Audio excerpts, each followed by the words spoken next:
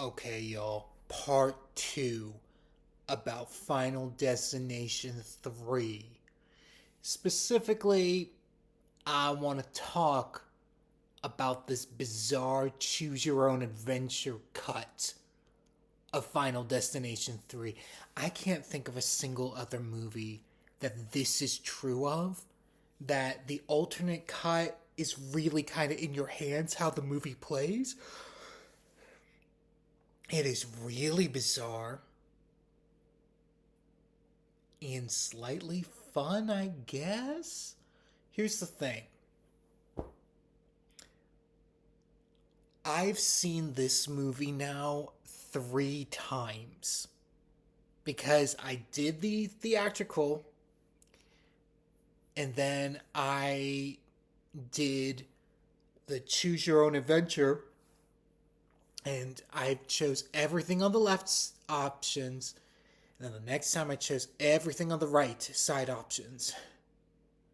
So I think I've seen everything that you can see out of all of it. Ugh. Does it make the movie better? Hell no. Of course it doesn't. I got a few notes. Okay.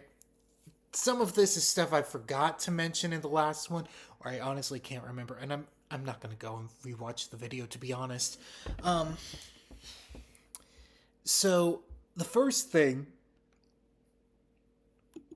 of note that I think is super duper important. Let me see it here. Oh, okay. The fact is, it's 6 years later. That's when the story takes place, which when Final Destination 3 came out, it was 6 years after the first one. This was a problem I had with 2. 2 took place only 1 year after the first one, but came out 3 years later, which I think the movie would have played better if it just said it was 3 years later. Ugh. I love that we're back in present day. A plus on that decision. I don't know whose decision that was, but it was a great decision. A plus, A plus. Go team, man. Okay, so there's another aspect of this movie. Our lead character, I think her name's Wendy. I've seen it 3 times, so I think I actually remember her name. Wendy just takes a bunch of photos on her, like, camera phone. I don't know. It looked really old. I'm sure it looked really cool in 2006, 19 years ago, but it just looked really old today. She takes a bunch of photos, and in the photos are little kind of like hints of what is to come for these people. You can anticipate what their death will be based off of the photos. Does this sound familiar to you? If you know your horror film history like I do, it should. This is... I can't even say that it's reminiscent. It's like flat out plagiarism of a main plot point in The Omen, the original movie from back in the mid-70s. In that movie, this guy's taking photos and it hints at things that are to come for the people who die in them. In fact, if you think about it, The Omen, especially those first 2, are pretty similar in overall concept to Final Destination. Except The Omen was written for adults and had plot and character and religious undertones. It wasn't some stupid schlocky piece. It was actually trying to say something. I think Final Destination thinks it's saying something, but no, it's not. The first time I watched it, when I was watching the theatrical cut again, I really liked the picture connection. Because I was like, oh yeah, that's like The Omen. But the more I watched it, which keep in mind, Stephen watched it 3 times, the worse it got. The more I'm like, I wish I was watching that other movie. The one that I actually am entertained by. The one that I actually think says something. The one that has real actors and not Disney Channel rejects. I know I kind of praised Ryan Merriman in the previous video, but bloody hell, he is no Gregory Peck, y'all. No, no, no, no, no. So if you take anything away from this video, don't waste your time on Final Destination 3. Instead, spend that time watching The Omen, and not the remake one. Watch the one from 1976. You'll have a much better time, and you might even think it's scarier than this movie, because this movie is just pure schlock. Anyway, the more I think about it, the more it pisses me off, because it's so blatantly plagiarism. Oh. Make no mistake, y'all. This movie, Final Destination 3, has, in my humble opinion, the most offensive thing I've seen in any horror movie. I'll take that back. Any movie, period. It was shocking. I went, I could not believe the audacity of the filmmakers to make this choice and keep it in the movie. This stems off of the photo thing, y'all.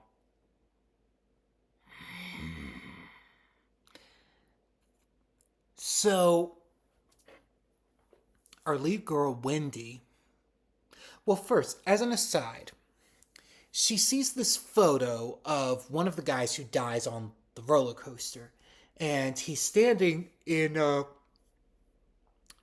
little statue of the devil that's like right in front of the roller coaster. It's like the start of the line to get onto the roller coaster, and she looks and she sees that there's the roller coaster in the background, and she's like, oh. Like she made some sort of big connection of, oh, how eerie. He saw the thing in the photo that killed him. It's there.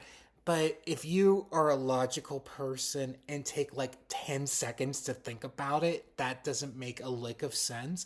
And I have no idea why she jumped to that conclusion, because, oh, who would have thought that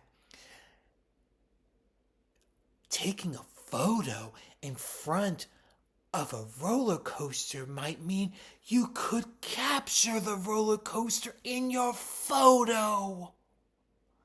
Of course he captured it. And then there's another moment when these two girls who die in a tanning bed, and they die by fire. Unless you do the alternate version when they die by electrocution. But they die by fire in the tanning bed, and the photo just looks kind of like there's like an orange or red hue around them, which again, I know was intentionally done so that you go, but instead, I'm like, huh? Like, I'm not connecting the dots. I don't understand what she's seeing. I don't understand why this would be an abnormal thing to look at.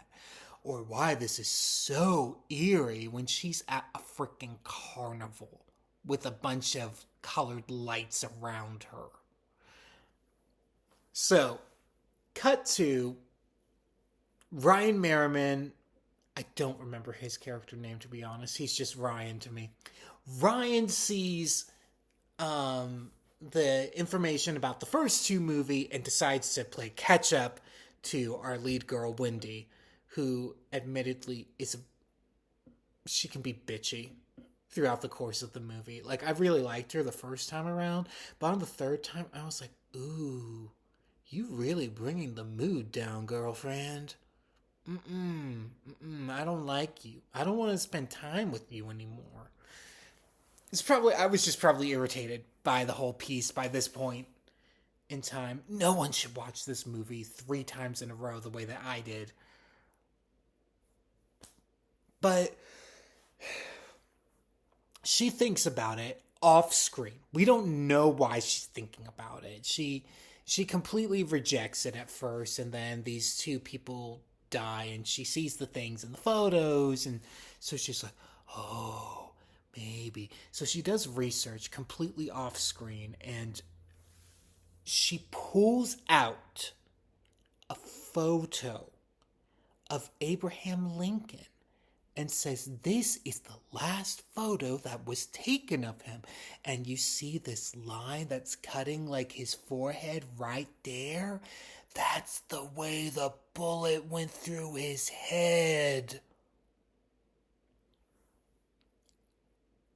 I was shooketh by the fact that they chose not only to write that, but to film it, to perform it, and to release it. It's in all 3 cuts of this movie. And then it gets worse. She pulls out a photo of the World Trade Center and says, look, you see the shadow of an airplane on that building. Keep in mind, 9/11 seems like a long time ago, but try to remember when this movie came out. When this movie came out, 9/11 was 5 years old.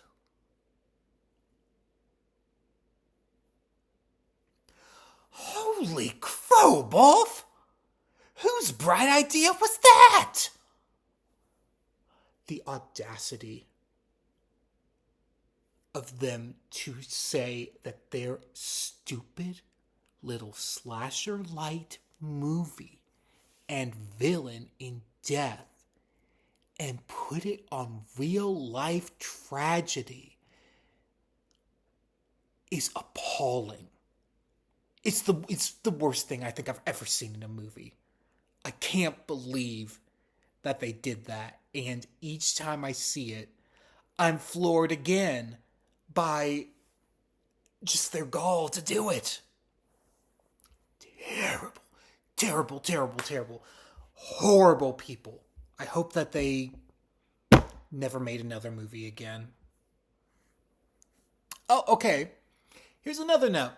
Changing topics a little bit. If you, at the very beginning of the Choose Your Fate, Choose Your Own Adventure cut of Final Destination 3, you get to choose whether this coin toss is called out as heads or tails. And depending on the version you choose, you either get the theatrical cut part or you get an alternate where all 4 of those, main characters at the beginning, of which 2 die in the roller coaster attack, malfunctioning. I mean, they all get off of the coaster. And you're like, oh, that's interesting. And then we cut away and we get a where are they now? And it's got photos of them and text about what they're doing. And like it says, the one girl, she did end up breaking up with this guy that she said she was going to. She went to Berkeley, but then she couldn't handle that. So she went off and is working with Doctors Without Borders. And you're like, oh, okay, that's interesting. And then the guy who was also supposed to die, the one who dies of the theatrical cut, he ends up studying a bunch of different religions and decides to create his own religion, ends up creating a cult and has a whole kind of like property where people are following him. And I'm like, where is that movie? I would much rather watch that than what I'm watching right now. Then in the Ryan character, he's distraught because of the breakup, so he goes overseas and then he ends up getting discharged because of coin tosses? And he goes crazy? And then our girl Wendy, I forget exactly what happened, but she kind of gets known as being like psychic. Her powers are validated. Validated, I mean. They're valid. And then her whereabouts are unknown. All of this, here's the thing. If Final Destination was a TV series, this is the version I would love to see, where someone ends up becoming a cult leader after getting away from this weird premonition. I want to see it. And it pisses me off that we don't get to have that version of the movie because they didn't have the guts to do it. Clearly, whoever created this had really interesting stories to tell. Why were they not hired to write the actual movie? Anyways, is this alternate cut, choose your own adventure or choose their fate cut of Final Destination 3 worth your time? No! Of course it's not. You can't even get it on the freaking Blu-ray. I bought the Blu-ray and it advertises this cut on the back of the box because they just copy-pasted the box art from the DVD. You plug that sucker in, it ain't nowhere to be found. I had to go and buy the DVD to watch this cut of the movie. And who has DVDs today other than crazy people like me?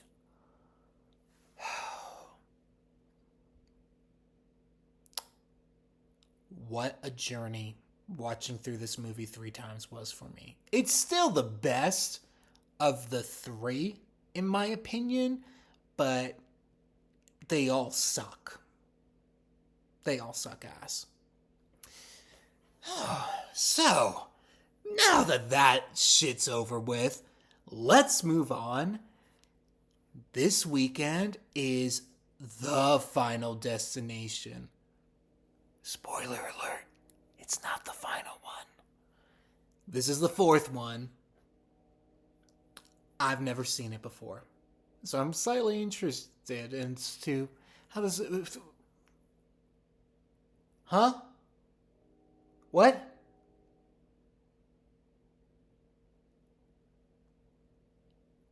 Apparently it's in 3D.